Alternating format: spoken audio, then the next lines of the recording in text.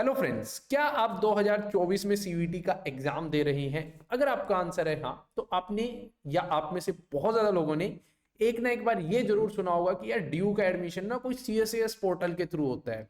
सो आज इस वीडियो में हम लोग वही समझने वाले हैं कि सीएसएस पोर्टल क्या चीज होती है। कॉमन सीट अलोकेशन सिस्टम इसकी फुल फॉर्म है। एंड अगर आपने अभी तक नहीं भी सुना था कि सीएसएस के थ्रू होता है तो डोंट वरी, मैं इस वीडियो में कंप्लीटली आपको समझाने वाला हूं कि सीएसएस पोर्टल क्या होता है, कैसा दिखता है अंदर से, बिल्कुल लॉगिन करके मैं आपको समझाने वाला हूं। 2023 का सीएसएस पोर्टल स्टिल एक्टिव है, तो मैंने सोचा कि मैं लॉगिन करता हूं एंड बच्चों की जितनी भी डाउट्स हैं सीएसएस पोर्टल से रिलेटेड वो सारी क्लियर कर देता हूं। डाउट्स जो मेनली आपकी सोल्व होंगी वो है कि सीएसएस पोर्टल के अंदर कितने स्टेप्स होते हैं, अगर हमें डॉक्यूमेंट्स अपलोड करने हो सीएसएस पोर्टल में वो क्या करने होंगे, उसके अलावा जो कॉलेज प्लस कोर्स प्रेफरेंसेस हैं वो कैसे सेलेक्ट करनी होंगी, एंड क्या क्या इंफॉर्मेशन जो है हमें सीएसएस पोर्टल में जो है फिल करनी होगी। सो ये सारी डाउट्स इस वीडियो के बाद आपकी हो जाएंगी छूमंतर।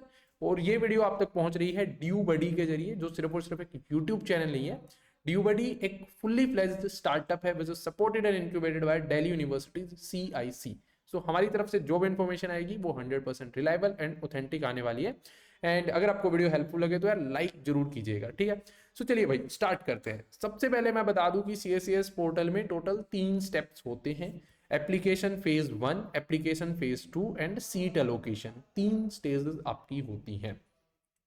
सबसे पहले हम लोग एप्लीकेशन फेज 1 को समझने की कोशिश करें तो यहाँ पे आपको आपकी जनरल इंफॉर्मेशन, जो पर्सनल इंफॉर्मेशन, आपकी एकेडमिक इंफॉर्मेशन जो है वो आप लोगों को डालनी होती है कि आपका नाम, तो जो आपका नाम और आपकी फोटो और आपका सिग्नेचर, ये तीनों तो ऑटोमेटिकली इंटीग्रेट हो जाते हैं आपके सीयूईटी के पोर्टल से।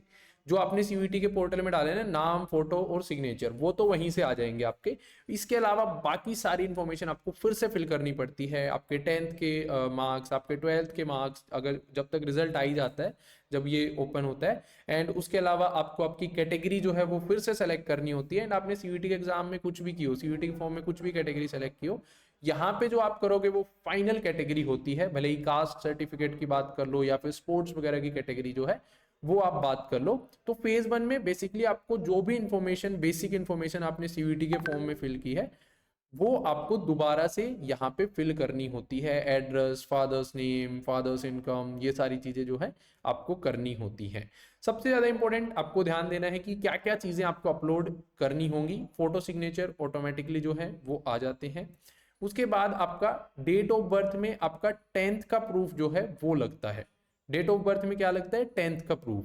तो जो 10th की मार्कशीट है वो यहाँ पे आपको अपलोड करनी होगी। 12th की मार्कशीट जो है वो फिर से आपको अपलोड करनी होगी। उसके अलावा कैटेगरी की अगर कोई सर्टिफिकेट है, आप ST SC में आते हैं या फिर OBC में आते हैं या फिर आप किसी और कैटेगरी के अंडर अप्लाई कर रहे हैं, तो वो आपको यहाँ पे फिल करनी होगी। एंड उसके अलावा अगर आप इनमें से किसी भी कैटेगरी में एप्लीकेबल हैं, आप यस फिल करते हैं, तो ये भी सर्टिफिकेट्स आपको फिल करने होंगे। हाँ, वंस अगेन मैं आपको ये बता दूं कि जो कैटेगरी सर्टिफिकेट्स आप यहाँ पे अपलोड करोगे वही कैटेगरी सर्टिफिकेट्स आपके कॉलेजेस के पास चेक होने जाएंगे, एडमिशन के लिए वही यूज होंगे। सीयूईटी में अगर आपने अपलोड किया भी है, ऑल्दो ऑप्शन नहीं दे रहा है अपलोड करने का, कुछ बच्चों को दिया था फिर उन्होंने हटा दिया, तो सीयूईटी वाले कहीं भी चेक नहीं होंगे। फाइनली जो चेक होंगे वो ये होंगे, यहाँ पे जो कैटेगरी होगी वो फाइनल मानी जाएगी, यहाँ पे जो डॉक्यूमेंट्स होंगे वो फाइनल माने जाएंगे। और अगर आप ओबीसी और ईडब्ल्यूएस से हो तो 31 मार्च 2024 के बाद का बना होना चाहिए। बाकियों के लिए बाद का बना हुआ रिक्वायर्ड नहीं है, क्योंकि वो एक ही होता है। ST SC के लिए एक ही होता है, OBC एंड EWS के लिए हर साल रिन्यू होता है। सो ये मैंने फर्स्ट स्टेप की सारी इंफॉर्मेशन है वो बता दी है।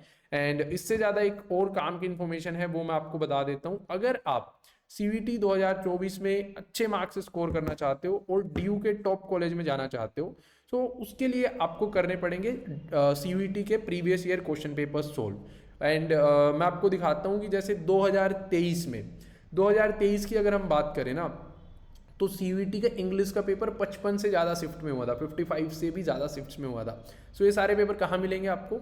ड्यू बडी ऐप पे मिलेंगे। 2023 हो गया, 2022 हो गया, चैप्टर वाइज हो गया, नॉट ओनली ऑफ इंग्लिश, सारे सब्जेक्ट्स के मिलेंगे। इकोनॉमिक्स का भी है भाई, सारे 20 से ज़्यादा इकोनॉमिक्स की शिफ्ट्स हुई थी, अकाउंटेंसी की हुई थी। ऐसे करके हर एक स्ट्रीम के आपको देखने को मिल जाएंगे, physics, chemistry, mathematics, political science, general test सारे आपको मिल जाएंगे। एंड जो PYQs होते हैं, देखो आप खुद सोचो कि अगर एक पेपर 25 से ज़्यादा शिफ्ट में हो रहा है, तो यार एक NCERT की छोटी सी बुक है, उसके अंदर से 25 पेपर ऑलरेडी NTA बना चुका है, तो कहीं ना कहीं जो क्वेश्चंस की रिपीटेंसी होगी या फिर सिमिलर क्वेश्चंस आएंगे वो बहुत ज़्यादा आने वाले हैं। तो आप लोग डाउनलोड करके प्रैक्टिस कर सकते हो इंग्लिश और हिंदी मीडियम में। वेब पे करना चाहो वेब पे कर सकते हो, अपने लैपटॉप में, मतलब फ़ोन में प्रैक्टिस करना चाहो चलते फिरते वो कर सकते हो, चैप्टर वाइज कर सकते हो। इतनी सारी चीज़ें आपको DUBD ऐप पे मिल रहा है, तो आप डाउनलोड करके चेक कर लीजिए, लिंक जो है आपको डिस्क्रिप्शन में मिल जाएगी। उसके अलावा अगर आप ये कंफ्यूज हो कि आप किस यूनिवर्सिटी के किस कोर्स में एलिजिबल हो, किस में नहीं हो, तो ऑटोमेटिक एलिजिबिलिटी कैलकुलेटर भी CUET में हमने बना दिया है DUBD ऐप पे, वो भी आपके लिए बहुत ज़्यादा हेल्पफुल होने वाला है। सो भाई फेज़ 1 में तो हमने कर लिया, अपना नॉर्मल इन्फॉर्मेशन थी वो फिल, ठीक है। अब फेज़ 2 देखो आप, फेज़ 2 में क्या होता है, सबसे पहले तो आपको अपने उस टाइम तक CUET का उसका CUET का भी रिजल्ट आ जाता है और बोर्ड्स का भी रिजल्ट आ जाता है।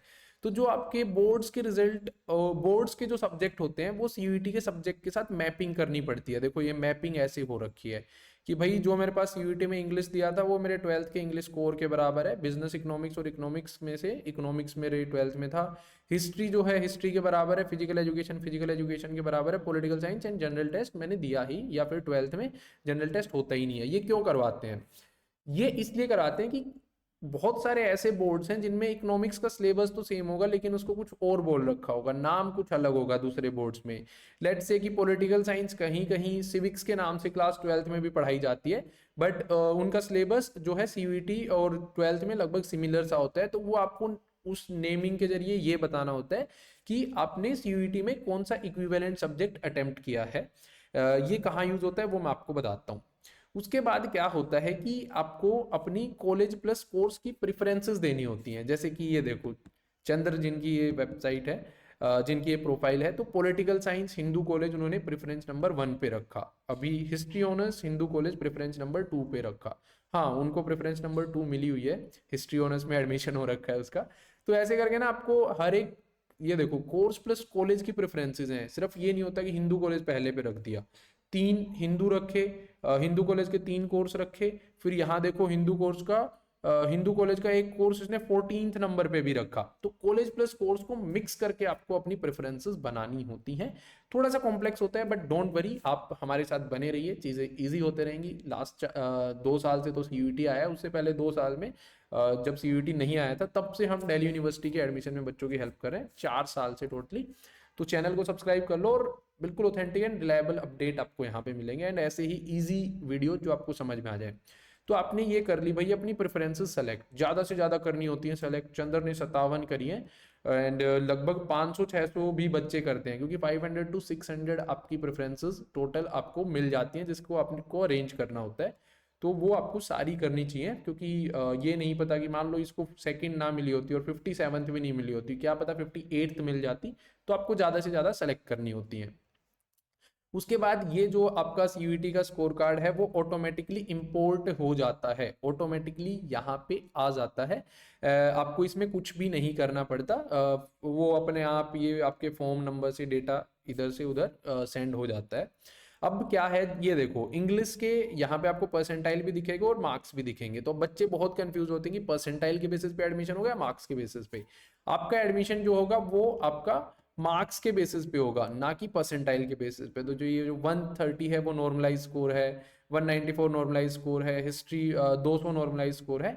तो इसके बेसिस पे आपका एडमिशन होगा, ना कि परसेंटाइल स्कोर के बेसिस पे। अब इसके बेसिस पे कैसे होगा, ये देखो आप यहाँ पे क्या होता है कि आपके जो जो आपने कोर्सेज है ना, उनके आपके टोटल बेस्ट 4 या बेस्ट 3 या बेस्ट 2 जो भी लगने होते हैं हर एक कोर्स के, इस एलिजिबिलिटी के अकॉर्डिंग अपने आप कैलकुलेट होकर के आ जाते हैं। लेट्स से कि अगर चंद्र को अप्लाइड साइकोलॉजी में एडमिशन लेना है तो उसके 725 टोटल मिल रहे होंगे, मार्क्स जो है वो बन रहे होंगे। उसके बाद अगर अरेबिक में लेना है, अरेबिक को छोड़ते हैं, इंग्लिश में चलते हैं, इंग्लिश में लेना है तो इतने मार्क्स बन रहे हैं। तो मतलब ऑटोमेटिक कैलकुलेशन होकर के मार्क्स यहाँ पे आपको दिख जाते हैं, एंड जहाँ पे आप एलिजिबल नहीं होते वहाँ पे ये लिख दिया जाता है कि आप इस कोर्स के लिए एलिजिबल नहीं हो, एंड यहाँ से आप पढ़ के आइडिया भी लगा सकते हो कि क्यों आप एलिजिबल नहीं हो। तो ये सिस्टम आपका यहाँ पे होता है बहुत सारे कोर्सेज हैं, देखो साइंस वाले सारे कोर्सेज में इनएलिजिबल दिखा रहा है। सो ये आपका पूरा मार्क्स कैलकुलेट होके यहाँ पे आ जाता है, लास्ट तक सारे कोर्सेज यहाँ पे आपको देखने को मिल जाएंगे। ये हो गई स्टेप 2। अभी स्टेप 3 बची हुई है। और अभी अगर जिसने लाइक नहीं किया, लाइक करना भी बचा हुआ है, तो यार प्लीज लाइक कर दो, क्योंकि बहुत ज़्यादा मेहनत लगती है एक वीडियो बनाने में। आज मैं 6th रीटेक ले रहा हूँ, पता नहीं इसमें बन जाएगी या एक और लेना पड़ेगा। सो थोड़ी सी मेहनत तो लगती है कि यार बच्चों को समझ आने वाली लाइंस बोली या नहीं बोली, एक बार वीडियो बनाने के बाद वीडियो देखनी पड़ती है कि यार समझ आ रहा है नहीं आ रहा, फिर से बनाते हैं। देन उसके बाद थर्ड स्टेज, जो आपने वहां पे प्रेफरेंसेस सेट करनी थी कर दी, ठीक है। उसके बाद यूनिवर्सिटी का काम होता है। यूनिवर्सिटी क्या करती है, यहाँ पे आपको ऐसे दिखा देगी कि BA history honours Hindu college आपको अलोकेट हो गया है। यहाँ पे यूजर एक्शन का बटन आ जाता है एक्सेप्ट। अगर आप एक्सेप्ट करते हैं तो जो डॉक्यूमेंट्स आपने अपलोड किए थे स्टेज 1 में वो चले जाते हैं हिंदू कॉलेज के। लेट्स से हिंदू कॉलेज का हिस्ट्री ऑनर्स में आपका नाम निकल करके आया यहाँ पे, तो वहां पे हिंदू कॉलेज के हिस्ट्री डिपार्टमेंट के पास अपने आप आपके डॉक्यूमेंट्स चले जाएंगे। वो डिपार्टमेंट जब वेरीफाई कर देगा कि ठीक है डॉक्यूमेंट्स, कॉलेज पूरा वेरीफाई कर देगा, तो यहाँ पे आपको पे फीस का ऑप्शन आएगा। जब आप फी पे कर देंगे तब आपका यहाँ पे ऐसा एक पेमेंट रिसिप्ट आएगा, जिसको हम एक्नॉलेजमेंट रिसिप्ट भी बोलते हैं। यहाँ पे ये स्टार्टिंग में as an your ID card use होता है कि हाँ भाई इस लड़के का एडमिशन इस कॉलेज में हो चुका है। आपको एंट्री भी इसी आई कार्ड के बेसिस पे मिलती है, एंड उसके बाद आप कॉलेज जाना चालू कर सकते हो।